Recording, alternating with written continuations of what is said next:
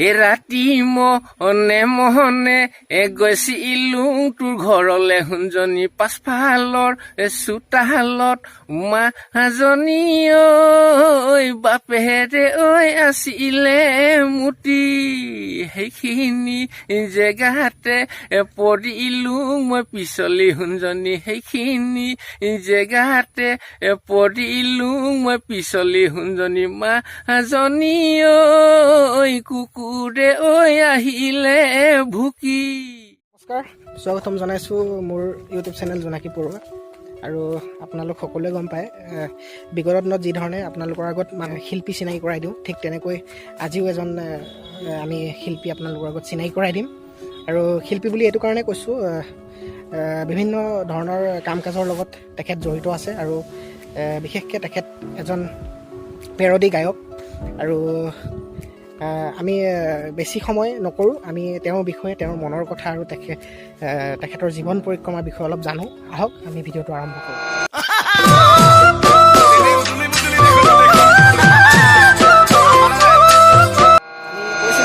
আপোনালোকৰ আগত চিনাকি কৰাই দিম এজন পেৰডি গায়ক। হয়, আপোনাক স্বাগতম জনাইছোঁ আমাৰ মজিয়ালৈ। নমস্কাৰ, মোৰ নাম শুভন হাজৰিকা। জোনাকী পৰুৱা চেনেললৈ ধন্যবাদ জ্ঞাপন কৰিছোঁ। আজি এই মোৰ ওচৰলৈ আহি এনেকৈ মানে সাক্ষাৎকাৰ ল'ব অহাৰ কাৰণে। ঠিক, আমি সাক্ষাৎকাৰ নলওঁ, আপোনাৰ মনৰ কথাই আমি জানিবলৈ চেষ্টা কৰিম। আৰু কেনেকৈনো আপোনাৰ এই পেৰডি যে গানবোৰ যে গায়, ঠিক কেনেকৈনো আপোনাৰ মনলৈ চিন্তা আহিল, সেই বিষয়ে আমি আজি কথা পাতিম। আহক আমি বেছি সময় নকৰোঁ, ভিডিঅ'টো আৰম্ভ কৰোঁ। আমি অনুষ্ঠান আপোনাৰ প্ৰথম গীত এটিৰে আৰম্ভ কৰোঁ। মিঠা তেলৰ বগীটিং ভণ্টি তোমাক ময়ে নিম, অহা বাৰৰ ইলেকশ্যনত ৱাৰ্ড মেম্বাৰ উঠাই দিম। মিঠা তেলৰ বগীটিং ভণ্টি তোমাক ময়ে নিম, অহা বাৰৰ ইলেকশ্যনত ৱাৰ্ড মেম্বাৰ উঠাই দিম। গছে গছে পোষ্টাৰ লগাই প্ৰচাৰ চলাম, তোমাৰ ডিঙিত গামোচা পিন্ধাই ঘৰে ঘৰে যাম। ঐ জান মোৰ জান, জিকি গলে গাহৰিৰ লগত পাৰ্টি খোৱা। ধন্যবাদ। খুব ধুনীয়া, আৰু হয়তো দৰ্শকে শুনি হাঁহি উঠিব ন? মই এই গানটো মই ষ্টুডিঅ'ত হেৰি কৰি আছো, কিন্তু কৰি থকা হৈছে। আপুনি নিজে কৰা নেকি? নিজে লিখিছো, নিজে লিখা, কিন্তু কমপ্লিট হোৱাগৈ নাই, হ'ব লাহেকৈ দিম। কেতিয়া মানে দেৱালী আগে আগে হৈ যাব লাগে। আৰু এটা কথা জানিব বিচাৰিছো, এই যে আপোনাৰ এই পেৰডি গীতবোৰ যে মনলৈ কেনেকে আহে আপোনাৰ? মনলৈ মানে কথাটো হ'ল এনেকুৱা ধৰণৰ, মই ৰাতিপুৱাতে ওলাই যাওঁ, একেবাৰে তিনিচুকীয়াত মোৰ কৰ্মস্থলী যেন ওলাই যাওঁ, আকৌ মানে ঘূৰি আহোঁ ৰাতি, মানে ঘৰ পাওঁহি মানে ৰাতি 7:30-8টামান বাজে। তেতিয়া মানে কিছুমান বস্তু মই দিনতে গাড়ীত গৈ থাকিলে বা ট্ৰেইনত গৈ থাকিলে চাই যাওঁ। সেই বস্তুটো বিষয়টো ঘৰত আহি ৰাতি চব শুই যায়, ঘৰৰ মানুহবিলাক একেবাৰে নিজান হয়। তাৰপিছতে সেই কথাখিনি মানে সজাই পৰাই মনলৈ আহে, মানে গীত হিচাপে মানে সৃষ্টি কৰা হয়। শুভন দা, আপোনাৰ বিষয়ে অলপ জানিব বিচাৰোঁ, দৰ্শকে হয়তো জানিব বিচাৰে। এই যে আপোনাৰ গীতৰ প্ৰতি আপোনাৰ যি হেঁপাহ বা আগ্ৰহ, সেই দিশটোৰ প্ৰতি আপোনাৰ অনুপ্ৰেৰণা কোনে দিছে, বা আপুনি অৱদান বুলি কাক ক'ব? অৱদান বুলি ক'বলৈ গ'লে মই আচলতে একেবাৰে সৰুৰ পৰাই মানে ক্লাছ 5-6 মানৰ পৰাই এই সংস্কৃতিৰ প্ৰতি বিভিন্ন অনুষ্ঠানত জড়িত হৈ আছো। মানে গাঁৱত হুঁচৰি হয়, তেতিয়া হাতোলা হওঁগৈ, চেমনীয়া হুঁচৰি, বা আমাৰ স্কুলবিলাকত নাটক পাতে, নাটিকা পাতে বা ভাওনা পাতে, তেনেকুৱাবিলাক অনুষ্ঠানত মানে অংশগ্ৰহণ কৰোঁগৈ, মানে ৰোল লওঁগৈ আৰু এতিয়া ভাওনাৰ ৰোলবিলাক লওঁগৈ, বা এই নাটিকাবিলাকত ৰোলবিলাক লওঁগৈ, নাটকত লওঁগৈ, বা বিহু মঞ্চই যেতিয়া নেকি ডেকা হ'লোগৈ, তেতিয়াও সেই চেঙেলীয়া অৱস্থা পায় ধৰক এই যুৱক হুঁচৰিত প্ৰতিযোগিতা দিবলৈ যাওঁ, গাঁৱৰ মানে লগৰীয়াবোৰৰ লগত। আৰু মানে এই ক্ষেত্ৰত ঘৰৰ মানুহেও মোক সিমান বিশেষ একো মানে বাধা নিদিয়ে যে এইটো ক্ষেত্ৰত মই অন্য।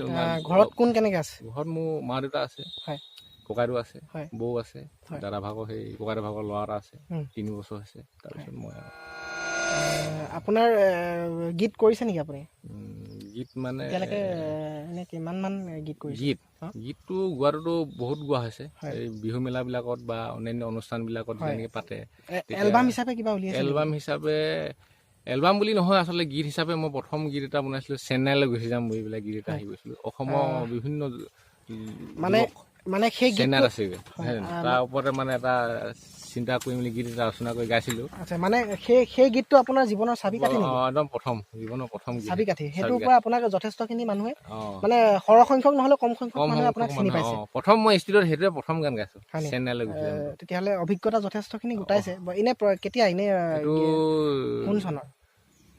15, 16? যোৱা বছৰ তাৰ এইবছৰ মানে আপোনাৰ 2018 18 ন? আচ্ছা, গীতটো অলপ গাই দিয়ক, অলপমান। অকণমান গাই দিয়ক। গীতটো ৰচনা কৰিছিলোঁ এনেকুৱা ধৰণৰ, এই পঢ়িলোঁ শুনিলোঁ চাকৰি নেপালোঁ, ঐ চেন্নাইলৈ যামে গৈ গুচি, এই বহুত অসমীয়া তাতে গৈ আছে গৈ, ঐ ধন ঘটিবলৈ বুলি।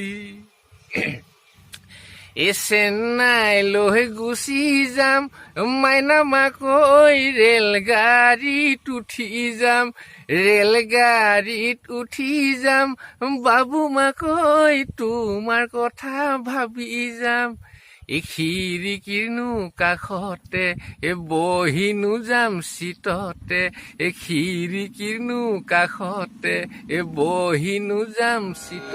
এবাৰ পুঠি মাছ খাবলৈ মনে গ'ল গীতটো কৈছিলোঁ। হয়। সেইটো আচলতে ষ্টুডিঅ'ত গোৱা নহয়, অঁ, এনেই মই মঞ্চত গাবৰ কাৰণেহে ৰচনা কৰিছিলোঁ গীতটো। হয়। কিন্তু এবাৰ মানে বিহু নহ'লতো, বিহু মেলাটো নহ'ল সেইটোৱে। বা সৰু অনুষ্ঠান একো নহ'ল বাৰু, যি কি নহওক তাকেই সেইটো লিখি থৈ দিয়া গীতটোকে আপোনালোকৰ আগত অকণমান গাই শুনাইছোঁ। এই পুঠি মাছ খাবলৈ মনে গ'ল, পাতিছিলোঁ ফাঁচি, এই ফাঁচিতে লাগিলে জানহনে ধোঁৱা সাপৰ পোৱালি, এই পুঠি মাছ খাবলৈ মনে গ'ল, পাতিছিলোঁ ফাঁচি, এই ফাঁচিতে লাগিলে জানহনে ধোঁৱা সাপৰ পোৱালি, এই আগলে টানো পাছাগি মাজতে, খং উঠি গ'ল ফাঁচিখনকে কাটি পেলালোঁ মাজতে, এই খং উঠি গ'ল কাটি পেলালোঁ ফাঁচিখন মাজতে, ছোৱালী চাইছিলোঁ এজনী বিয়া পাতিবলে, এই ঘৰতো সেইজনীক আনিব পাৰ্মিশ্যন দিছিলে, ফোনো কৰোঁ কথাও পাতোঁ SMS কৰোঁ চুমাও খাই দিওঁ মোবাইলতে, এতিয়া শুনিছোঁ সেইজনী হেনো কৰোণা পজিটিভ ওলাইছে, আজি শুনিছোঁ সেইজনী হেনো কোৱাৰেণ্টাইন কৰি থৈছে। এই গীতটো আচলতে আমাৰ অসমীয়া জনপ্ৰিয় কণ্ঠশিল্পী ৰিদীপ ৰংগীতৰ গীত হয়। সেইটোকে পেৰডি কৰি মানে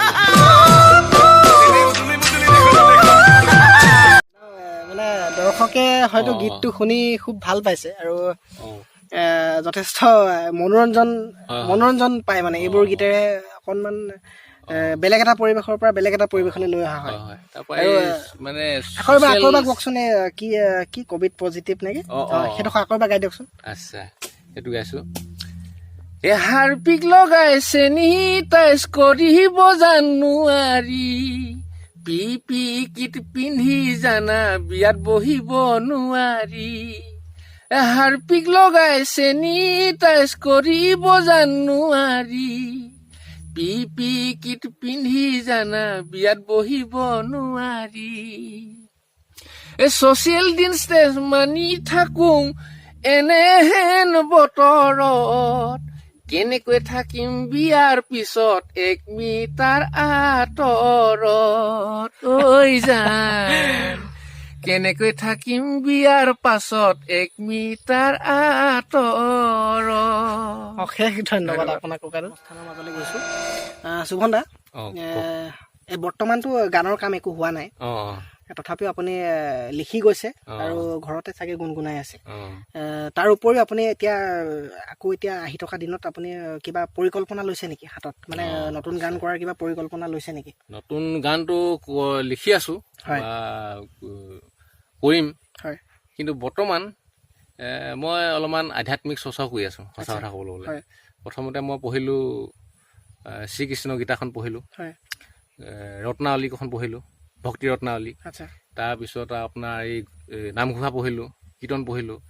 এতিয়া বৰ্তমান মই শ্ৰীমদ ভাগৱত হয়নি পঢ়ি আছোঁ। আচ্ছা মানে তৃতীয় স্কন্ধ শেষ হ'লগৈ। উম, মানে পঢ়ি আছোঁ, সদায় পঢ়ি আছোঁ তাৰমানে অসমৰ কল্যাণৰ কাৰণে, জাতি কল্যাণৰ কাৰণে আচ্ছা। বা আমাৰ নিজৰ ভালৰ কাৰণে ভালৰ কাৰণে আধ্যাত্মিক চৰ্চাও কৰি আছোঁ। কৰিব তাৰ লাগে। মাজতে হয় এই পেয়দিও মানে এই আধ্যাত্মিক চৰ্চাটো আচলতে কি হ'ল আমাৰ খুব লাগতিয়াল বস্তু সঁচা কথা ক'বলৈ গ'লে। সেইকাৰণে এইখিনি কৰি আছোঁ। আৰু এটা আপোনাক প্ৰশ্ন কৰিব বিচাৰোঁ, এই পেৰডি গীতৰ মাজেৰে অঁ অঁ আমাৰ দৰ্শকক কিবা সজাগতা বা অঁ কিবা অঁ আচ্ছা মানে গীতৰ জৰিয়তে কিবা মেছেজ দিয়াৰ আপোনাৰ অঁ, কিবা অঁ। চেষ্টা কৰিছে নেকি বা পৰিকল্পনা অনাগত দিনত আছে নেকি? মই এই কা আন্দোলনৰ সময়ত মানে গীত এটা লিখিছিলোঁ যে হয়। কা আন্দোলনৰ সময়ত অসমত কি কি হৈছিলে বা কি কি হ'ব, এই তেনেকুৱাকৈ এটা চিন্তা চৰ্চা কৰি গীত এটা লিখিছিলোঁ। হয় এই অসমত সেইটো সময়ত পূৰা টায়াৰ জ্বলাইছিলে, আচ্ছা বিভিন্ন তিনিআলিত চাৰিআলিত এনেকুৱা জেগাবোৰত টায়াৰ জ্বলাই জ্বলাই প্ৰতিবাদ হৈছিলে। উম, সেই গীতটোকে মই আপোনালোকৰ আগত অকণমান শুনাই দিছোঁ দেই। হয় এই টায়াৰ জ্বলাই জ্বলাই প্ৰতিবাদ কৰিছিলো, ঐ ইনকলাব জিন্দাবাদ শ্লোগান দিছিলো। ঐ টায়াৰ জ্বলাই জ্বলাই প্ৰতিবাদ কৰিছিলো, এই ইনকলাব জিন্দাবাদ শ্লোগান দিছিলো। আহৈয়া ওলায়া বিদেশী খেদোগৈ, ওলাই বাংলাদেশী খেদোগৈ, বাংলাদেশী খেদোগৈ এখন হাতত ভাবুকি, এখন হাতত পোষ্টাৰ, চিঞৰি চিঞৰি প্ৰতিবাদ কৰি কৰি বাংলাদেশী হুঁচিয়াৰ, বাংলাদেশী গো বেগ বুলি। অসমলৈ আহিলে বাংলাদেশী চুৰিয়া সলনি পিন্ধিব লুঙি, ভাতৰ লগত খুৱাব ইলিচ মাছৰ আঞ্জা, পাঁচফোৰণ মছলা ইলিচ মাছৰ আঞ্জা, পিঁয়াজ চুলাই গাহৰি পেটু ভাজি, বাংলাদেশী খাব দিম ফেনাইল মিহলাই, দৰৱ দিয়া চুলাই গাহৰি পেটু ভাজি, বাংলাদেশী খাব দিম ফেনাইল মিহলাই, ফুচুলাই লোকেল চুলাই, খুৱাই বুৱাই পিঠিতে ডিমে যে ধুলাই, দৰৱ দিয়া চুলাই গাহৰি পেটু ভাজি, বাংলাদেশী খাব দিম ফেনাইল মিহলাই। হে প্ৰভু জাতিৰ হকে দেশৰ হকে যুঁজিব পৰা মতা ল'ৰা এটি মোক, মতা ল'ৰা এটি মোক দিয়া, সিংহামৰ নিচিনা বাহুবলীৰ নিচিনা মতা ল'ৰা এটি মোক দিয়া। ধন্যবাদ। ধন্যবাদ জ্ঞাপন কৰিছোঁ। আৰু শেহতীয়া প্ৰশ্ন, আপোনাৰ ভৱিষ্যতে পৰিকল্পনা কি? সংগীতৰ লগতে আপোনাৰ বেলেগ অন্য ধৰণৰ কি পৰিকল্পনা? সংগীতৰ লগতে মানে বেলেগ আপুনি এতিয়া কৰ্মজীৱন কি কৰি আছে? কিবা কৰি আছো বুলি কৈছিলে, কি কৰি আছে? কৰ্মজীৱন মই তিনিচুকীয়া আয়ুচিন্তা ডায়েগনষ্টিকত পেথলজি ডিপাৰ্টমেণ্টত আচ্ছা কাম কৰি আছোঁ। হয়। লগতে এই আয়ুৰ্বেদিক আৰু বনৌষধ যোগেদি কাৰোবাৰ চিকিৎসা প্ৰয়োজন হ'লে কৰি আপুনি আছোঁ। মানে কৰিব পাৰিব, যোগাৰ কৰিব পাৰিব। যোগাযোগ কৰিব পাৰে। হয় বিভিন্ন প্ৰথমতে মই এইটো বেমাৰ বুলি কৈ নিদিওঁ, বিভিন্নজনে ফোনো কৰে বা আহেও। হয় সৰ্বপ্ৰথমে মই বেমাৰীজন বা এই ৰোগীজনক লগত কথা চথা পাতি লওঁ, হয়। আলাপ আলোচনা কৰি লওঁ। হয়। তাৰপিছত সমস্যাটোৰ ওপৰত চালি জাৰি চাই ঔষধ এটা খাবলৈ দিওঁ। আচ্ছা মই আপোনালোকক তেখেতৰ নাম্বাৰটো আমি ডেছক্ৰিপশ্যনত দি দিম। ঠিক আছে, আজিলৈ আমি ইমানেই। শেষত আৰু এটা গীতেৰে আপোনাৰ আচ্ছা আমাৰ অনুষ্ঠানটো শেষ কৰোঁ। ঠিক আছে। এটি গীত গাইছোঁ, তাৰপিছত অনুষ্ঠান আজি সামৰণি মাৰিম। মই আচলতে এই ৰাতি মনে মনে বুলি গীত এটা গাইছিলোঁ, সেইটোকে অকণমান গাই শুনাইছোঁ আপোনালোকৰ লগত।